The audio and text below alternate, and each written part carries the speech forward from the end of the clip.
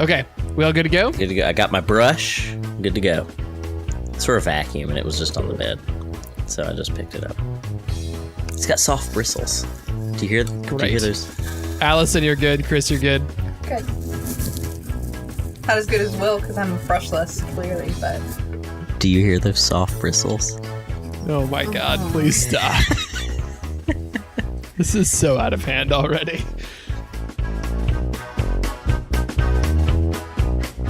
Guten Tag und herzlich willkommen nach dem GameBrew Podcast Episode 39. Ich bin deinem König von Schönheit, Ian Ozymandias Richard, and I am joined by Chris, Nightcrawler Writes. Guten Tag, I am Blue. Will, Magneto Shell. Yeah! And Is that right, or was that Swedish? I don't know, I can't. I don't know. Okay, we're just... Yeah! And Allison Merkel Van de Venter. I'm still just, like, super impressed with your intro here. Yeah, I'm super impressed with your... I don't even care I'm not a superhero anymore. I'm super impressed with what you do. Did you just remember that much German, or did you have to write that down and practice that? I didn't practice, but I did write it down. And I can't be entirely sure. I think I said, instead of I'm your host, I believe I said I'm your king of beauty. Which, you know... I'm fine with that. I didn't know the word for host, so I improvised. It's fine. Please, I'm mind blown. Anyway, sorry. Continue. I gotta be honest, I'm a little pissed that the fun commissioner is not going to be on this episode. Well, he's Australian, so this is don't be ridiculous. Relation? I don't understand. Since when is he Australian? He's always been Australian? Have you even met him? Didn't you guys go on a vacation together? I always thought that mandatory fun, just his title, mandatory fun commissioner, just sounds like Australian, right? Yeah, it sounds right, Australian. No, I imagine him being in the war room when they tried to blow up Hitler. Oh, you mean you're thinking Austrian? No, that's just I can see not, why you definitely confuse not that. Austrian. Just the countries' names are close, but there's really nothing else in common. A common misconception, actually. Yep, true story. He's Australian. He's Australian. Wow. This week in the first half, GameBrew Fact. This week in the first half of the podcast, we'll pair a bunch of our favorite beers this year with some great games, and in the second half of the show, we'll celebrate Fest. Toy.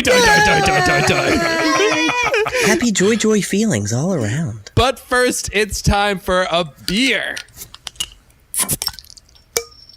The best kinds of beers. Oh my lord, I am so excited. Chris, what are we drinking this week? We are drinking Oktoberfest beers, ladies and gentlemen. Yay! This is a long pour into a big cup. That sounds Two pours, 1 cup. Did it take 2 pours, This is Chris? a family show. a long pour into a big cup should be the name of your autobiography when you're like, Oh, man. That sounds great. The life and times of Chris Wrights. That's great. Yeah, or his slam poetry title. I'm ready for it. Yeah, do it. That's great. So I think we've got a couple Oktoberfest beers. I'm pouring the Ayinger Oktoberfest-Märzen. and I'm drinking the Paulaner Oktoberfest-Märzen as well. Ja, wunderbar, ja. Wunderbar. Wilhelm. I am drinking Das Ballast Point Peanut Butter Victory C. No, actually, this is good. scientist? This is good. This can't be an Oktoberfest beer, and here's why. Do you want to know why? Please. Why?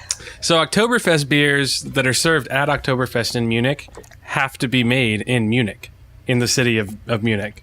So actually, this Ayinger beer that I'm drinking right now is not served at Oktoberfest in Munich. You can't be in the club. No, basically, there's only 6 of them that can be. The Germans take beer very seriously. So as they do everything. True. They also are not producing a lot of beer right now because have you guys heard about this? The heat wave. Oh, thing did it going on kill over there? hops or something? I think it's a heat wave. That's what it is. Was this Germany or was this somewhere else where they were drinking the beer so fast that they? It sounds like Germany. I'm not kidding. No. It's they were drinking the beer so fast and not bringing the bottles back that they shut down production in some of the factories and they didn't have. I'm not joking. No, you I think I saw this. up. I think it was Harrisonburg, Virginia. That's right. Allison, what are you drinking? I am drinking a pumpkin spice chai by Tazo tea. Oh, it's very fall inspired. Yes. And it smells like gingerbread, and it tastes absolutely not like anything I would drink on purpose. So there's that. I'm not a big pumpkin spicy person. I'm not necessarily a big pumpkin spicy person, but I do love chais. Other things that I love include this beer. Holy shit, it's amazing. It is good. It's like it's super malty. Not a ton of alcohol, a little bit of sticky mouth, but a pretty clean finish. Nice latticing. Check out that latticing, friends. So actually, nice. It has more alcohol than you think. It's almost 6%. Does it really? Yeah, this is another fun fact I have for you. So they're typically Märzen style beers. So they're a lager style, but they're darker and have more alcohol because Mars is March in German. So they had to make this Märzen. In America, it's Märzen. März, March. Okay, so they're made in March because in Germany, it used to be that you couldn't be brewing between the 24th of April to the 28th of September. So they had to have beer for Oktoberfest. So that's why it has more alcohol and is darker. So they could store better. Why weren't you allowed to brew between April and September? There's a Bavarian brewing ordinance decreed in 1553. And, wow. I assume that's gone, but that's why. That's they great. take it real serious. Because let's be real. If they were brewing all the time, they wouldn't get anything done. That also seems like something we could put on the GameBrew tombstone. Think about it. If they were brewing all the time, if the GameBrew was brewing all the time, they wouldn't get anything done. They wouldn't get anything done. So bad news. My fact was correct, but that sad. Was for back in July. Is it better now? July was one of the hottest months in German history, and they drank all the beer and had a beer shortage because they weren't bringing the bottles back quickly enough.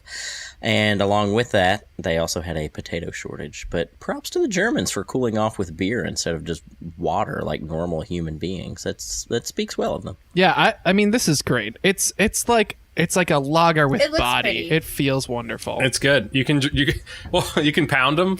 You can drink so many of these. Yes. Which is why you have the big mug. Yeah, which is why Chris is drinking from a bucket this afternoon. Yeah, I thought you had an impressively sized mug there, but Ian, but Chris won. Yeah, no KFC was still putting stripes on the buckets. I didn't realize that it was a contest of size, honestly. It's always It doesn't really matter. I feel like you're placating me, Allison. I don't know, Chris is he's got a good grip on the mug. I mean, I feel like he works it really well. I mean, it's really the proper size for a beer. This is the time to turn off the podcast when your children are listening, everyone. This is the moment. You've already actually missed it, but please just do yourself a favor. Just talking about beer mugs, I don't know what the problem is. Don't play it in the car. That's what I was talking about. I don't know what you guys were talking about. All right. Interestingly enough, both beers have 5.8% alcohol. I wonder if that's a thing, too. 1634. Man, this beer is old. Well, this beer it's not even the oldest one in Germany. This beer is older than America, friends. Yeah. Wow. This recipe probably. Mm-hmm. Wow. This beer is older than Mozart. Huh. Okay. Anyway. Let's play a game called This Beer's Older Than. What's everybody been playing this week? Well, I've been mostly playing WoW, but I did take a break and played a game that just came out recently called Donut County. Donut Have you heard County? about this? No, but it sounds delicious. Sounds kind of cool. It's a fun little puzzle game. It's kind of in the same vein of Katamari. Okay. And so it's story based. So you're this raccoon who's causing mischief. Oh yeah. And you have this machine that makes a hole, and you kind of have to suck up things, and the hole gets bigger as time goes on. You have like a black hole generator, but you're a raccoon. Yeah. Yeah. That's cool. And so it's like the story of how everyone falls down into a hole, and you go through all the people that he messed with, and you see what happens. It's fun. It only took me a little over an hour and a half to play through all of it. And I wish there was a little more to it, but what there was, it was a lot of fun. I don't know if it's worth $13 or $12, whatever it's for right now, but it's definitely worth picking up eventually. I hope they do a sandbox mode. What did you pay for it? I paid full price. I think it was 13 or it was 13. Like okay. Yes, I was reading about this game, I think on Polygon, and they were pretty jazzed about its goofiness as well. What are the gameplay mechanics like? Are you clicking on the screen and that creates the hole, or is it like it follows your mouse around, so you just kind of drag it around. It's a very kind of casual game. And it's really satisfying. Like, it's a really good way to relax. That's cool. But, yeah. Is it a quick play type game? Like, is it something where you sit down and you can play for 2 minutes or 30 minutes? You could probably do. I mean, you can play the whole game in an hour and a half. Are you going to run it again? Okay. Cool. I don't know. I mean, there's not a whole lot of replayability, and that's why I was saying, like, I think it would be really great to have a sandbox mode. Like, kind of like where in Katamari you can roll up the world. You know, I only ever played that game one time at a LAN party when I was a kid, and I still remember that damn song. It is ingrained into my brain. That one? Katamari has a magic to it. So I like games like that. I'd probably like it when it goes on a good sale. Yeah. But I doubt I'd pay that much for it if it's that short. And there's no sandboxy replayability. Well, and another thing that's kind of cool about it is Frank Marsilio, who we had on the podcast previously. That was a while ago. He has his own podcast, Long Lost Heroes. Yeah. It was a friend of his from high school who made it. What? Which is kind of cool. And that's kind of one of the things that made me pick it up. So, I mean, it's a lot of fun. I want more. I want more. I want more. It looks like super stylish and like very self-aware in kind of a nice way. And it's really fun. Like, there's some really funny dialogue. Okay, so you have the hole, and what the hole does is it like teleports things to the raccoon, and the raccoon clearly needs all the things. Yeah, because he's a trash panda. He needs all the trash. Oh, that is just too good. Allison, what have you been up to? I've been playing WoW when I can this week, that's for sure. I know I've jumped in with you and Dan a few times. Played a little Overwatch 2. Nothing really terribly new this week, actually. Staying in that Blizzard pool, that little happy little gated community. What? Pokemon Go still. I caught Mew this week. So you caught Mew this week? Yeah, I finished the quest finally. Nice. That's huge. Yeah, well, I'm way behind everyone, I feel like. I am. I'm filthy casual because everybody's already finished that quest, and I had... One of the things you have to do, this is ridiculous, is evolve a Gyarados, right? So Magikarp takes 400 candies to evolve. And here's the issue. Right before I got this quest, not knowing, I evolved my Gyarados to get it in my decks. So I had to start fresh. And that sucks. It was really frustrating, actually, but I finally got it done. So there's that at least. Well, grats on that. That's awesome. Thanks. Use the best. I picked up Into the Breach for Switch. Do you guys know this game? Should I know this game?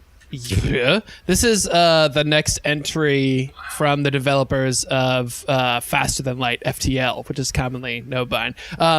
So FTL was a game about a spaceship evading the enemy forces and combating then like a giant baddie. And what was cool about it is that it was like a strategic space versus space combat, and there were lots of different ways that you could sort of spec out your ship, and you could collect a crew, and there was a lot of decision making involved, and it really felt like every time I did FTL, it felt like a really great episode of Star Trek where there's like tense things happen and like you lose people and then you like rally and then at the end, of FTL, because it's hard, you just lose a lot.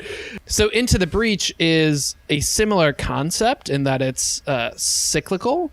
Basically the game starts and these alien bugs have taken over the world and they kill everyone, but it's okay because there's time travel. So you like you you turn back time and you get to try to defend the Earth from these bugs again. And that's kind of how every cycle ends. Either you end the cycle and you win and you kill all the bugs and then you're like, okay, I got to go help out another timeline.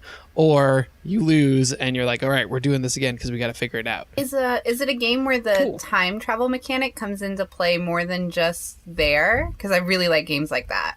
Kind of. It's not.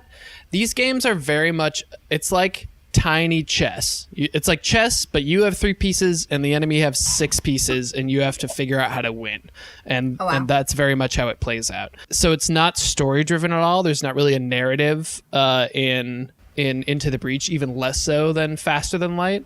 But what's great about it is that it's incredibly complex and it sort of keeps you on your feet. And there are lots of different mechs to use. So you run the mechs, but there are different mech teams. So like some of them are built around like turning opponents around so they shoot other opponents instead of shooting your mechs. And some of them built in like trapping and smoke and canceling attacks. So there are lots of different ways to play the game, which I really appreciate. But it's hard as nails. These guys, they do not mess around.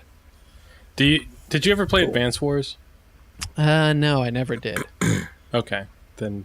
Well, it looks like Advance Wars. It was a fun game. Just like kind of the art style. Yeah, it's kind of like that. It's very much like block strategy looking. Yeah. Do you think it's better on the Switch or better on the PC? I think it's better on the Switch because it's the kind of game where I can like pop it, like whip it out. I tried to say that in a better way and ended up saying it the worst way. You can't do that, dude. I think it's great on the Switch because you can play on the TV and then I can take it with me to bed. That's sort of my like go to bed game right now. Oh, nice. You know, I'm finding that a lot with the Switch, to be honest, that even if it's better on PC or something else, I am more interested in playing it on Switch because it can go wherever I want it to go. And I can still participate in it. Yeah, exactly. So I think it's really great on Switch. The controls take a second to get used to, but it's awesome. I would recommend it. More than worth its $15 asking price. Allison, I realized I didn't answer a question about time traveling. So you kind of did. I'm going to travel back in time and answer that question right now. Yes. So you get one chance on every mission to restart the turn. Oh, that's cool. That's like cool. The only control you have over time, except winning or losing. Do you only get like one of those per game? One of those per mission, yeah. Unless you have like a special character. What about you, Will? I actually got into, believe it or not, Gwent. Yes. Molly is a huge Witcher fan, and I finally was like, I don't have time to play The Witcher right now, but let me see how Gwent goes. So we sat down together, and she was reading, but she was like explaining the game of Gwent to me, and apparently it's different, which I think Chris has mentioned before, than the Witcher version, but it's similar enough she could explain like what was going on and the overall gist of things. And, oh man, it's so fun. Good. So that got me into card games. I've been playing that, a little bit of Hearthstone, but quite a bit of Magic the Gathering, the mobile version. Mobile version? Kind of back and forth between that and Gwent. Hold on. Okay. So Gwent is awesome. Tell me about... Gwent is great. Tell me about the mobile version of Magic the Gathering, because I'm skeptical. I have played a bunch of Magic the Gathering video games and been impressed by none of them. Have you played it in real life? This is literally I have, yeah. The card game.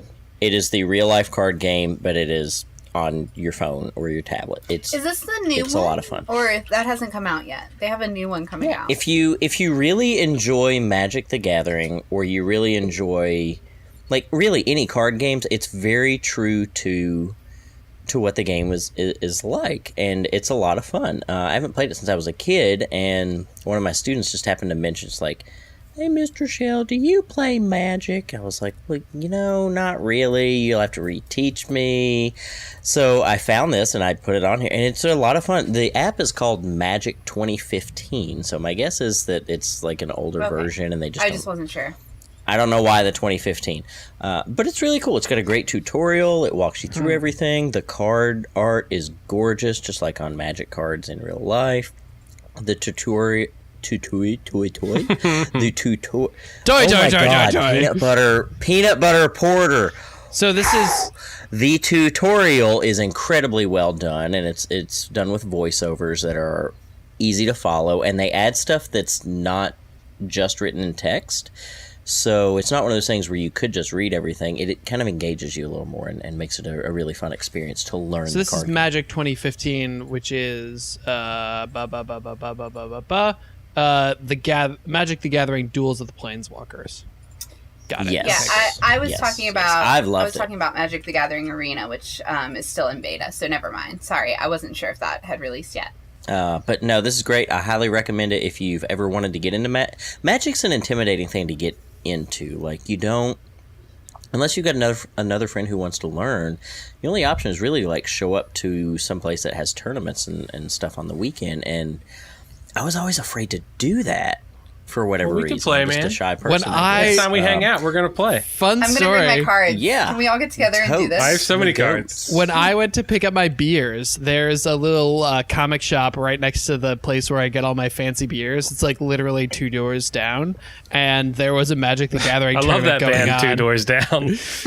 If I go crazy, then you'll used to call me Superman. Well, that's cool, man. I'm glad you're enjoying it. That's awesome. Oh, it's a lot of fun. It's really good. And Gwent's great too, which we all already knew, but yeah. Cool. Every time that I talk to someone about the Game Brew podcast, especially new listeners, people will always ask me, so what you do is you talk about video games and then you pair them with beers, right? Like a great wine and a great meal. And I'm like, no. We've done do that like We're not once or that twice. organized, folks. We We're do not, no. sometimes, but we don't all the time. That's how we can tell if our friends really listen to the podcast That's or right. not.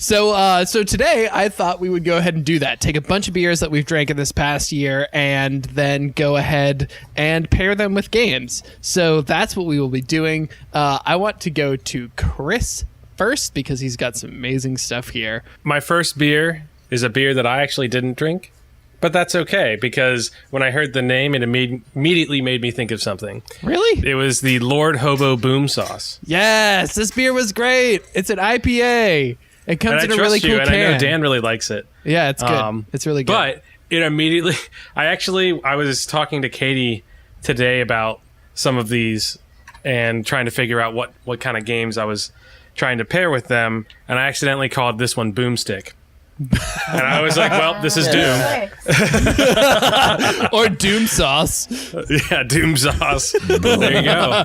That's perfect. I love it. I feel like Lord Hobo would appreciate that too. And it also, Yeah. you know what's interesting about that is that Doom kind of has like a hard exterior, but kind of a gooey, gory interior. And and Boom Sauce is a pretty intense IPA, but it's also incredibly approachable and super drinkable. So I think that's a wonderful pairing. Thank you. Doom and Boom Sauce. I love it. I think it's great. Doom Sauce. Will, what do you got? I'm going to start with Stone Arrogant Bastard. And there is only one game that exists that can be called an arrogant bastard, and that is Dark Souls. How is it arrogant? That game thinks that it is just the bee's knees of all things. Like, we're gonna make a game that's hard where you just gotta play the game and there's not really a story, but it's a good story. Whoa. But it's still a good story. Everybody You need to loves be the careful. story, and we're gonna make a real game. Oh boy, you need to be careful. I'm it's not just one game. I'm sorry that you're so arrogant that you think you made a real video game. Okay, but as opposed to just like rage rooms exist because of this game. Come Do you guys know on. this? Just It's because you're not not good that enough to play hard. the game. I think Dark Souls thinks that its britches are not as big as they I think. disagree. Can I It's- just It's say? a They pretty need a goddamn belt good to keep game. those I things disagree up. with you so much that I need to open my second beer early.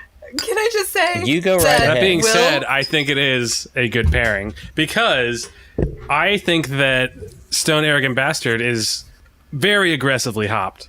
Oh yeah.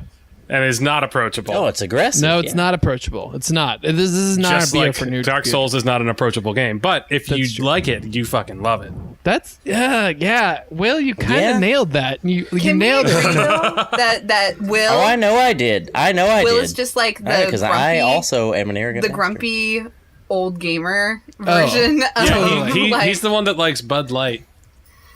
Platinum, not the normal. The platinum is actually good. every time Will gets on his like, let me tell you how much this sucks. I'm just like, I'm waiting for him to go, you know what really grinds my gears? And that's what Please. grinds Will's gears. These kids were playing on my lawn this morning. I was just like, what the hell? You got your own lawn right over there. I told him, get off my lawn. It's wonderful. You know what's funny about that is I almost did the Seven Dwarves as our intro, like our nicknames in the intro, and Will was totally going to be grumpy. I assume I'm dopey. Somebody's got to be realistic. I'm sorry that It's I'm not- a Rhonda you're not being realist realistic. sometimes, but Realistically, Dark Souls is a good game. and realistically, I think Arrogant Bastard is a good beer, so well done, Will. It's just not my preference all the time. Just like Dark Souls isn't yours. Right. There you go. potato. Tomato. And then people who don't know how to say potato. So, and I know how to say potato. All right, so my first pairing is from episode 30. It's the Unibrow L'Affinement, which I, you may recall I described as reeking of wet dog at the time. Now that you say that, I do remember that. But it's a super balanced beer, very smooth, very high quality. It's complex. It ages well, and so keeping with those themes, I went with Faster Than Light, which I talked about a little bit earlier. But that's, I mean, it's like, it's kind of a tough thing, but it's also a very good thing, and I think it pairs well. I mean, and like when you finish it, you're always going to finish it, and you're always just going to go grab another. That's true. That's true. That's how But FTL I mean, works. that's also any beer. I mean, like from how you described it, and not drinking beer, so I don't know anything, but just based on how you described it, I would expect you to pair it more with something that's like a classic with a lot of reiterations, like Mario or Sonic or something. You know what my other pairing with this was that I thought about was System Shock would go really well, because it is complex and it does age well, but it's maybe not for everybody. You know what I was thinking? What's that? Was Wind Waker. Oh, that's an interesting choice. I feel like Wind Waker's a little Especially bit... with the bananas. Because it has that island feel. Donkey Kong. Never mind. My pairing for this is Wind Waker. Moving on. Sorry. No, you nailed it. I'm sorry, but you nailed it. All right, Well, Chris, what that else would you bring got? it back to Chris. Mr. Yeah. Genius Chris. Mr. Genius Chris. So my next one is Ommegang Abbey Ale. It's a double. We had this pretty recently. Ommegang Abbey Ale. It's got a deep, rich, and malty flavor. It's a lot of fun. So deep. It's a classic, you know? So rich. And it's a classic style. Yeah. And so for this, I chose the game, especially with the Abbey name, reminded me for whatever reason of Fable, the original Fable. Oh, because it's got like that okay. Albion sort of British thing going on, right? It's an Yeah. abbey. It's not. British. It's not a church. It's an abbey. It's different. Yeah. It's just, I don't know. Like, it's just, like, that's the chord that struck with me when I thought of that beer. Okay. That game I haven't played in a long time, but man, it was really good. And it didn't promise everything that It didn't deliver. on Peter everything Molyneux it said it was promised. going to be, but like, man, it was a good game. But isn't Fable, or isn't Ommegang like a northeastern United States beer? Sure. What about like Smittix? I mean, Boom Sauce wasn't made in hell. or Mars. Fair point. All right, I'm gonna move on. Clown shoes. Clown shoes. So we did episode 33 was all about clown shoes, and I was drinking the Undead Party Crasher, which is an American Imperial Stout. which we described as incredibly good, pleasant, lots of honey on it, which is cool for an imperial stout, and it's sort of like a sweet stout situation. So it's got, to me, the optics of this beer are like, oh, that's a harsh beer, but the actuality is it's super approachable, it's super fun, it's something you can keep drinking and come back to. And so I've decided that Diablo 3, the Switch edition, which has all the add-ons, including the Necromancer and Reaper of Souls, That's the one. is the thing to pair with this beer. I think it's perfect. I think I nailed it. I don't think there's any counter argument that anyone could counteract. Nailed it. Why specifically the Switch edition? Specifically the Switch edition because You can be Ganondorf? no, you know what it is? Because it's the undead party crasher, and you could bring your Switch to the party and crash it with the Switch with Diablo. Okay. Ignore everyone while you play Diablo by yourself. No! Yeah, well, that's good. ignore everyone except your 3 other best friends who are clearly playing with you because you can just hand them Switch controllers. Hi. Can you play with just a half controller? Yeah. I didn't For know. real? Yeah, okay, I shouldn't say that for real necessarily, but that's what they show in the So like what they just show like in the commercial. just like the little one? Singular Just do the con. little one? Yeah. That's awesome. I think that's what they show in the commercial. I want to say that's so. I can't guarantee that. GameBrew fact. Man, I'm gonna have we to can buy guarantee another it. copy of Diablo 3 then. It's like I'm Also to honestly play as thinking Ganondorf. about it because they're also upping. Nintendo just did the Nintendo Online thing, which is very late, and is another subscription we have to pay for. But It's only $20. and Diablo 3 is going to be so great on Switch. Anyway, Hopefully. I need a I mean, Switch. at this point, it should be. Like, it's Sure. been around for a while. So, episode 25, we had Red Stripe. Red Stripe! Hooray, beer! Yeah. And I originally wanted to say Sea of Thieves, because when I think Jamaican beer, I think, island. Do a little thieving, and it's a good connection there. Red Stripe would put me in the mood wait. for playing Sea of Thieves. I'm sorry, we gotta back up. How is Red Stripe connected to thieving? Because when I think Jamaica, I think ocean and beaches. When I think ocean and beaches, I think pirate games and boats. I see. And ships. Thank you, Chris. So I think Sea of Thieves because it's a fun pirate game that involves ships. That's probably the better explanation. Ship? Like, And if- is it ships or ships? Ships. However, when I dug into Red Stripe a little more, I was surprised because let me tell you, there is a twist if you're not aware of this twist. Oh no, I'm not aware. So the other game that I really have to pair with this is BioShock. Okay, I'm not following.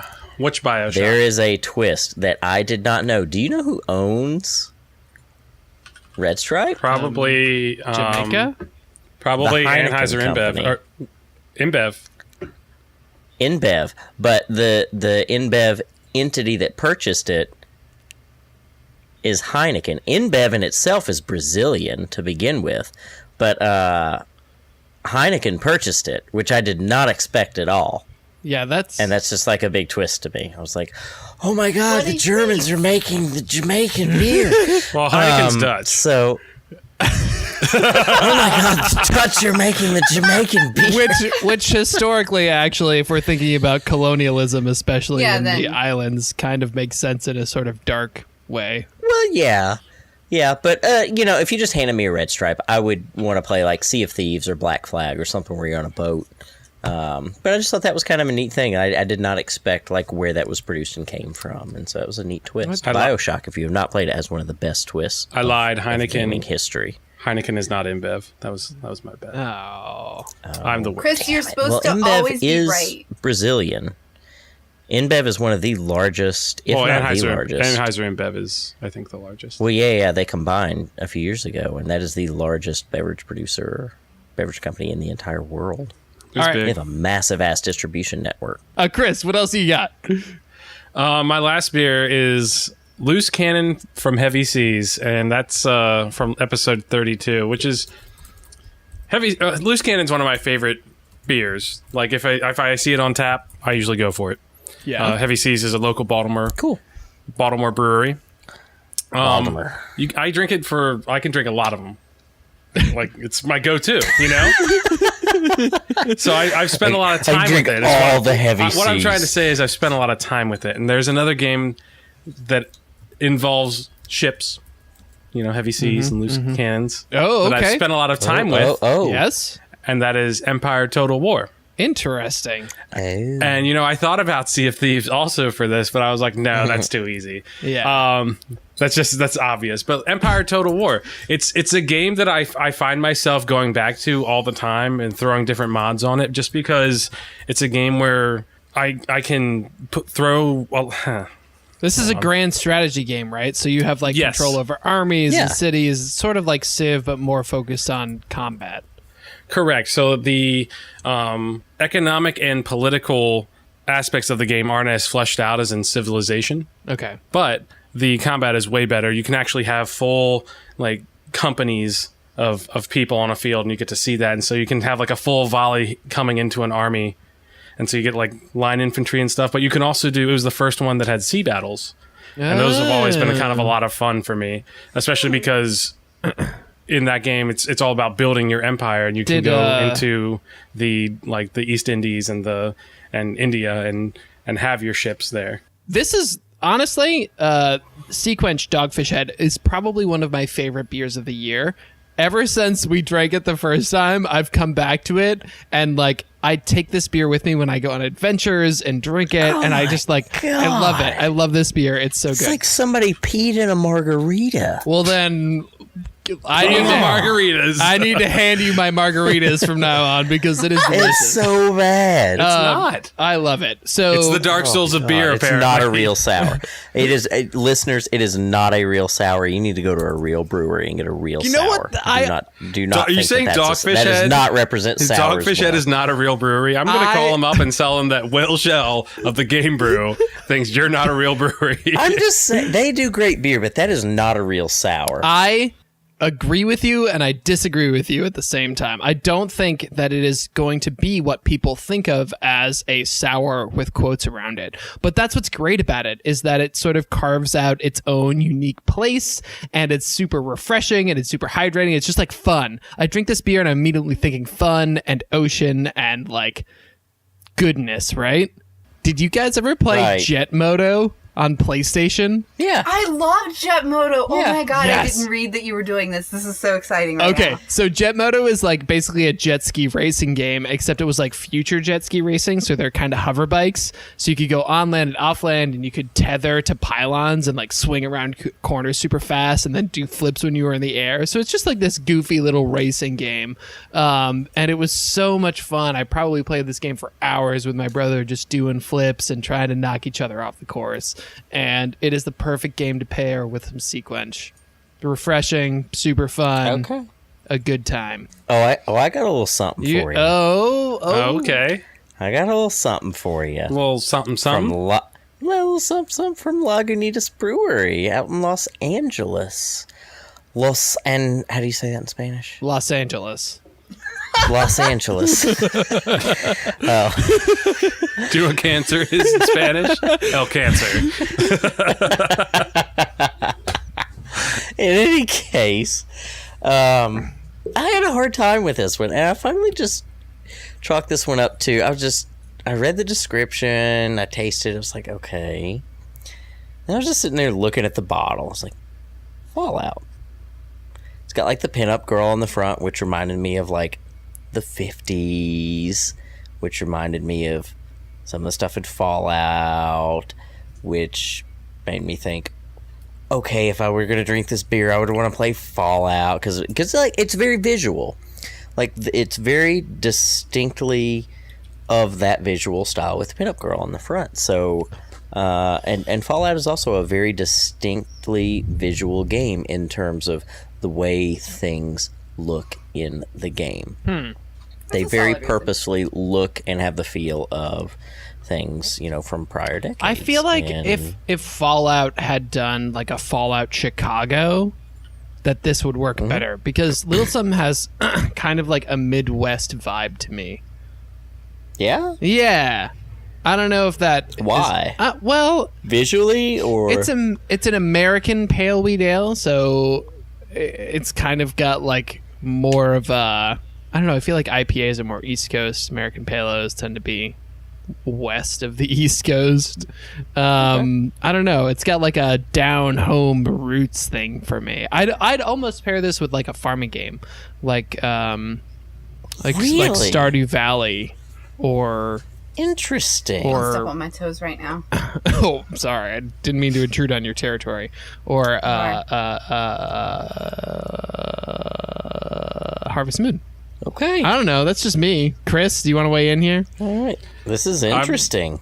I mean, I'm kind of good with Fallout on that beer, to be honest. I'm just really going from the visual because I can't drink it. But visually, I get where he's coming from because I know what the bottle looks like. All right. Allison, get us out of here. Okay, well, because you rained on my parade. We'll talk about parades later.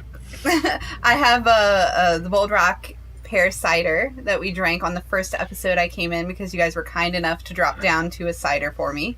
You're welcome. I will die with hops. I Did we picked a really farming drink a game. cider together? Yeah. Yeah, we did. We The did first episode, Bold Rock. 23. 23. You want to go back and listen to it. All right, cool. And we did the Bold Rock apple cider, which is a Shenandoah Valley apples. So I went with a farming game, since you already kind of went there. And I did Farm Together, actually. So Yay! you didn't mention it. But I picked that one because obviously in this area farming's big, and it's done with the apple ciders here in my hometown. And it has New Zealand pears in it too, but whatever, we're forgetting that for this moment, so it relates. And New Zealand's not a real place. Yeah.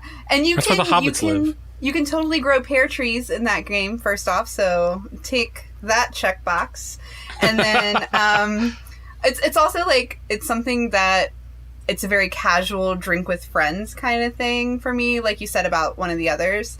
So that game is all about playing with your friends and doing things together. And so, yeah, that's why I picked it. Very cool. Okay.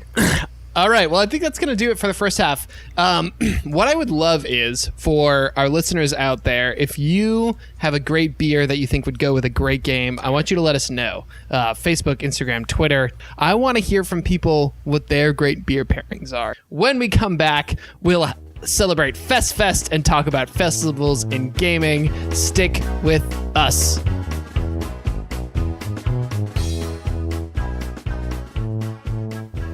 Oh, guten Tag, everybody. It's Dan from the GameBrew.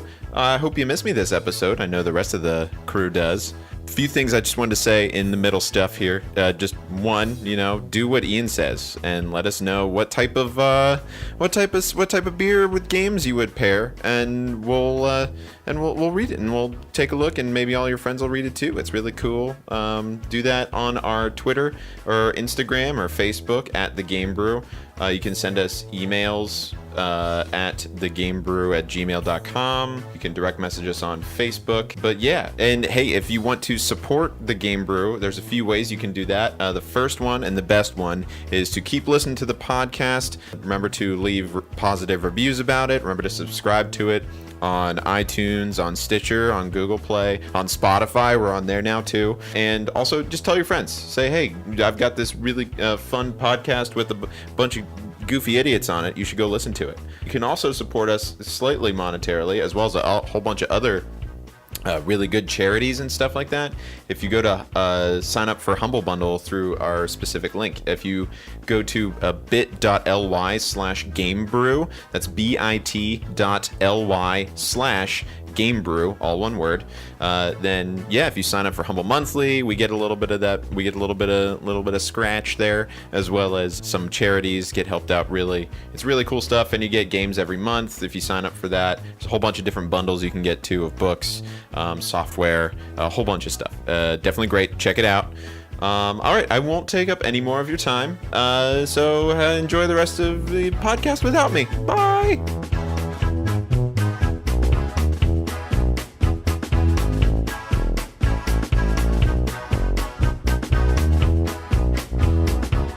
Hello, and welcome back to the second half of the Game Brew podcast. Chris, you have Oktoberfest beer facts for us. Let's go, man. Give them to us. Yeah, because we already know that the beer is delicious. The beer's delicious. In Germany, there's a rule that they have to follow to be eligible to be an Oktoberfest brew. Huh? What And it's is that rule? The Reinheitsgebot. I believe that's pronounced correctly. Reinheitsgebot. Right? Oh, no, it's boat. It's an O. Boat. Yeah, Reinheitsgebot. Gebot. Yeah. And so basically, the gist of it is that the only ingredients that are in those beers can be water, barley, and hops. Oh, that's it. You're not allowed to put anything else in it. You cannot put anything else in. No It has to pumpkin be spice. pure. No That pumpkin sounded worse spice. than I wanted it to be. No pumpkin spice. It has to be pure. Okay. Yep. Sorry. How can you... I imagine all the beers having a somewhat similar taste, and texture, but I bet there's a lot you can do with just those ingredients to kind of... Sure. Oh my God, I mean, totally. different places with Adjust. water, different water is different. Hence different. Nailed it. Different hops is different. But you can get malted barley, and that's going to be your sweetener. And so that's how it gets its sweet flavor. And also, so you can do a lot with that. The amount of time that you let it ferment can change the alcohol content. Yep. And the flavor. What you ferment it in, they don't specify. Nope. Oh. But yeah, it's call. kind of a really interesting rule, and it's amazing how all these beers can be made with just those three ingredients, just with different I methods. like that rule. It's sort of purist. Yep, we're Yes, bringing it it back is. to the pure German thing, which is not a topic that we really wanted to go into. That is not what I meant. Yep. It's like this. Yep. You shouldn't do it. You shouldn't do it. All right, so the second half of today's podcast, in celebration of the best thing in German culture, which of course is Oktoberfest, we wanted to talk about festivals or seasonal activities and games. So this is something that it's kind of like streaming. It's something that I've never really been passionate about, but I know that there are members of the GameBrew Crew who are passionate about season events. And so I want to pass this off to Allison with the question, what do you think it is that seasonal events or in-game festivals do for games?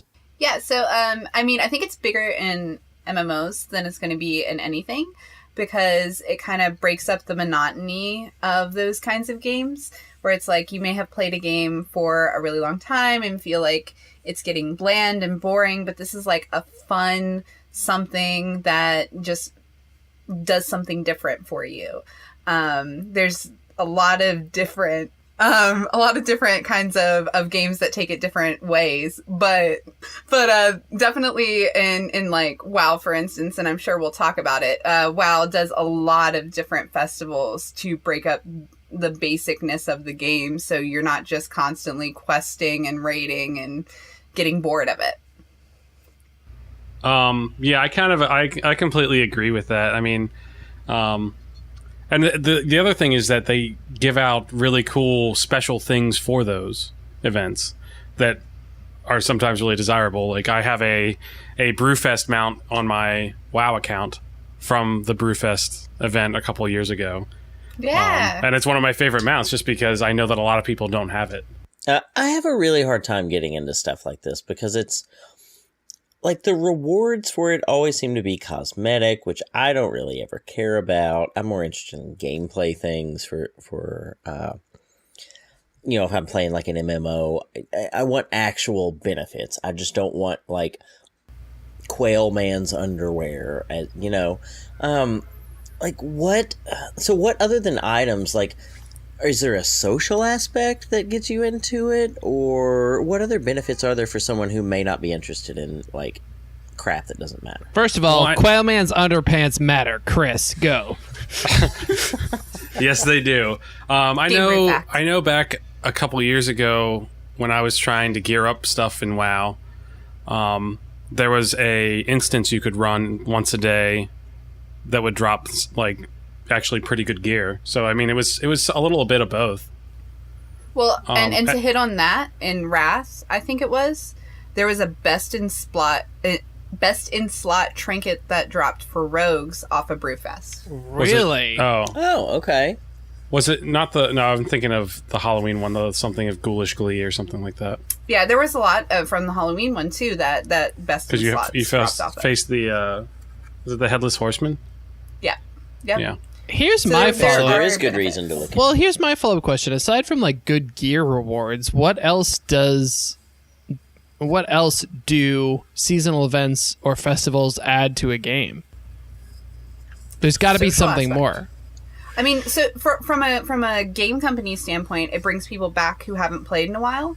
So they may come back when they maybe they haven't subbed to WoW in a month, and now it's Brewfest, and they're like, "Well, I've got achievements I've got to do because I want that done," or something like that. So definitely, that's one aspect. I feel like. The other thing about festivals in games, especially like MMOs that have been around a long time, is that they bring you to places that you might not have been for a really long time. So one of them, it might be Brewfest, brought you back to the Grim Guzzler, which was from an old Yeah, it was. an old instance back in vanilla. And so like you might not have been there for a long time, and that's kind of a cool, like a nostalgia trip. And it gives you an item to go back there too. So Yeah, the Dire Brews remote. Is that like some kind of black rock? Yeah. That's cool. I didn't know Yeah, that was a thing. it's the pub that's inside of the Black Rock Spire, I guess. That's cool. Or Black Rock Depths. So here's in my like research of festivals and games, or like not just seasonal events, because those are kind of a thing, but also like festivals, fairs, parades, and games are totally a thing. So a couple notable examples: the beginning of Chrono Trigger, the beginning of BioShock Infinite.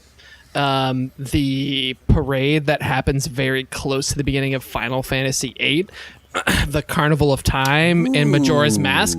These are all sort of parade or celebration events that happen in games, and so I'm just wondering like what role they play in terms of developing characters or moving the plot forward, things of that nature. Well, I think the one that's really interesting is Chrono Trigger, because they kind of frame the whole time aspect around that. That's like the celebration of an anniversary.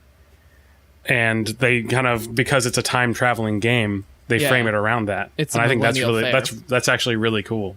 Yeah. What about, this is not a festival, but to me it broke up the gameplay and gave me just a breath of relaxing, fresh air away from all the tension.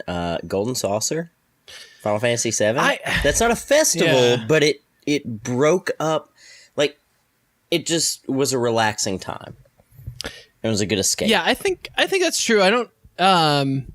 To me, the Golden Saucer is like more like a mini game centric, in that it breaks up things. Whereas fairs are, to me, fairs, they sort of heighten the drama of things, so that when something goes wrong, not only is it screwing up everything, but there's like this incredibly personal moment that it's screwing up. So like, I feel like in Chrono Trigger, there's like this moment between Chrono and somebody else where they're like maybe flirting a little bit, and then the world starts to end, or like something super shitty happens and they have to go on an adventure. They don't talk about it for a while. Or like BioShock Infinite, you show up and the whole thing about the fair is that it's like showing this incredibly idealized version of that city and how incredibly rotten it is underneath. So it's a way to heighten the sort of huge difference between what things appear to be and what they actually are.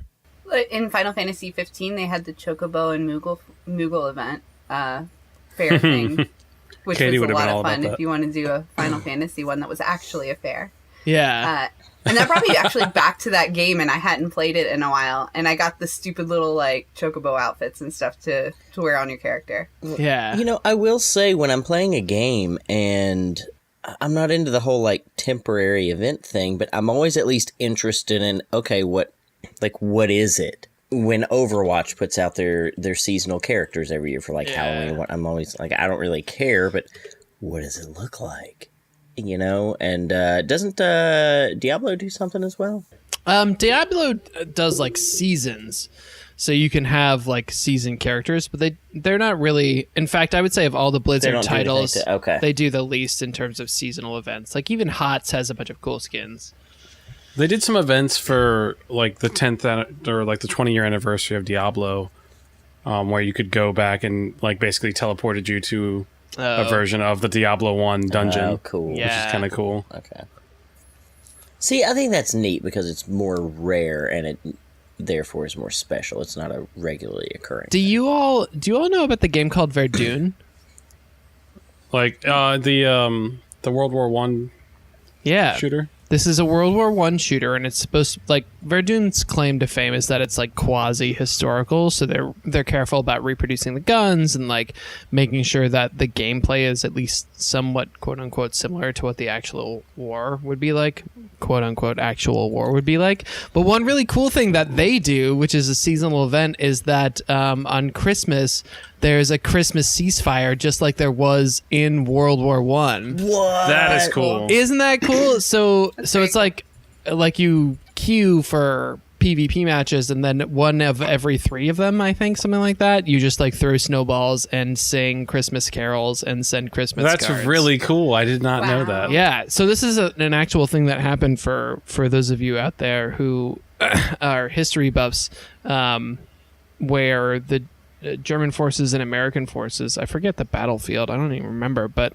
the German forces started singing Silent Night, and a couple weeks earlier the Pope had asked for a ceasefire to observe Christmas, and then like American troops sort of like started poking their heads out, and everybody was like, let's not shoot, and then people just started getting together in the midst of this horrible war, the worst war that anyone had ever seen, just to like sing songs together and shake hands and be human beings for a day, and then they got back to shooting each other the next day. It's like, it's kind of mind-boggling. That's crazy, but that's really cool. Yeah, it's pretty neat thing that they do in terms of seasonal events. My favorite game with seasonal events or festivals is Harvest Moon, by the way. Mm-hmm. Because they're so important to the development of the story in that game. Yes, they are.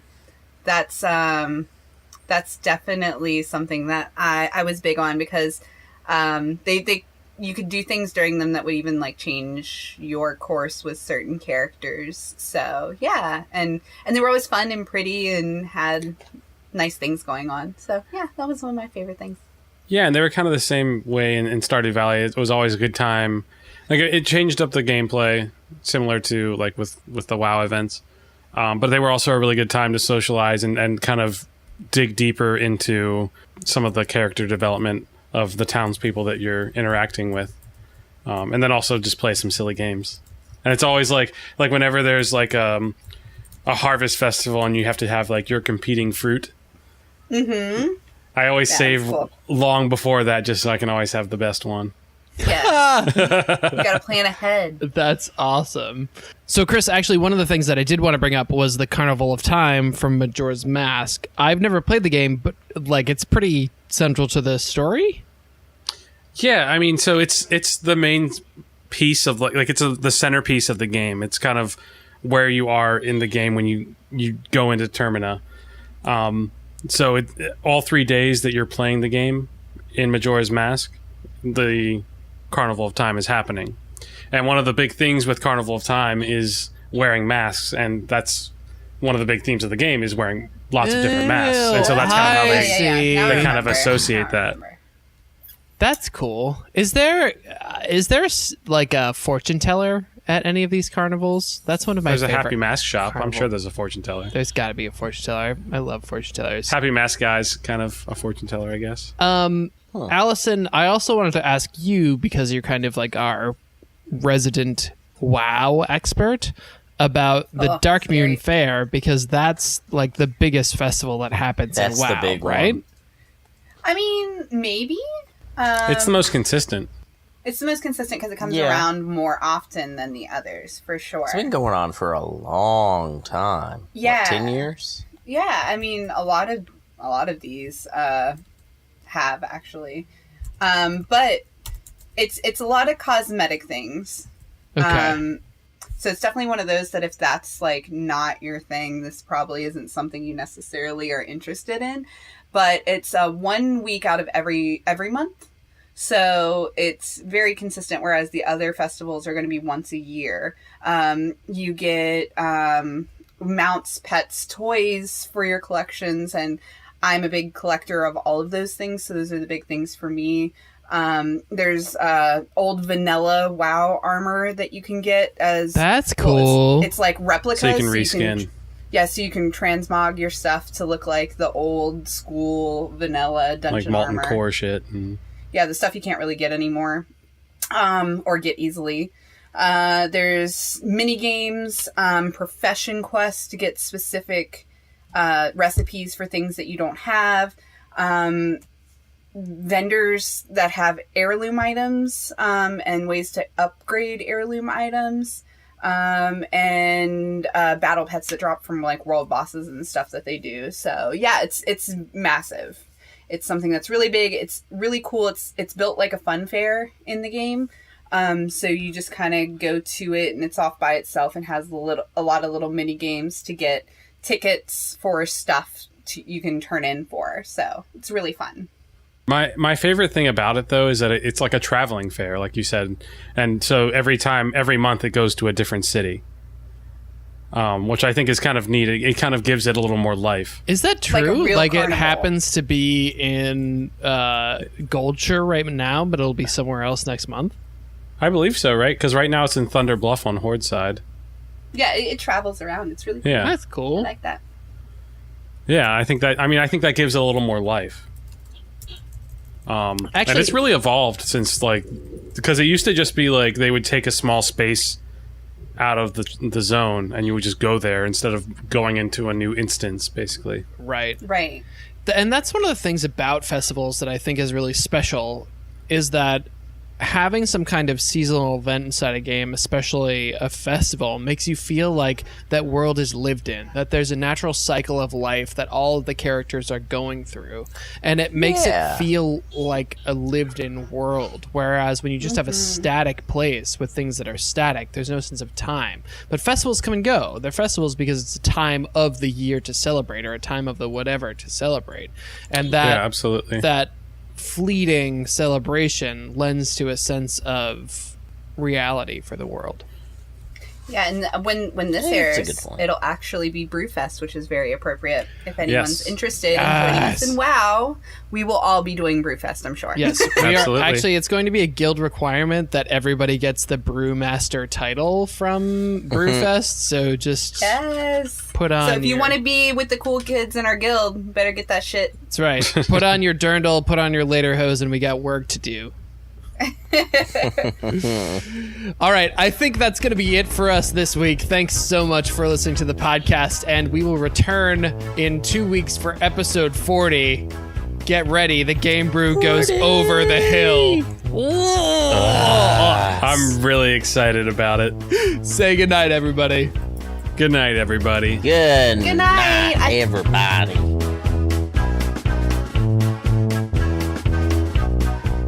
All right. All right, pretend, just close your eyes for a second. Okay. Are you pretending? I want you to... Are you wearing lederhosen? Listen, Pretend you care feel, about us. Yeah, you feel And, the... and want to and do you this. feel the You feel the scrape of the lederhosen. laser Laser Later, That's the future. you can Firing my you laser. can you can taste the pretzel in your mouth. It's got a little bit of mustard You on got it. some schnitzel all over yourself. That's fine. People are using a lot Okay. of guttural language. There's the like and around You have a cup Okay. like this big. huge. Okay. There are women around you and men who are carrying around like fistfuls of beer. Fistfuls, Yes. tankards of beer. Fistfuls. And it's tankards. okay, great. And somebody And yells then out in the middle Ian of this. goes up on top of the table and he I yells. and I lift my stein and I say to the world, "Tiki taki, tiki taki." Oi, oi, oi! Oi, Fuck oi. my life. Jesus Christ, the hell is wrong with you? I set the stage. I just did it. All right, I'm done. I can't. I just did it. I'm done. I literally spilled beer on myself doing that.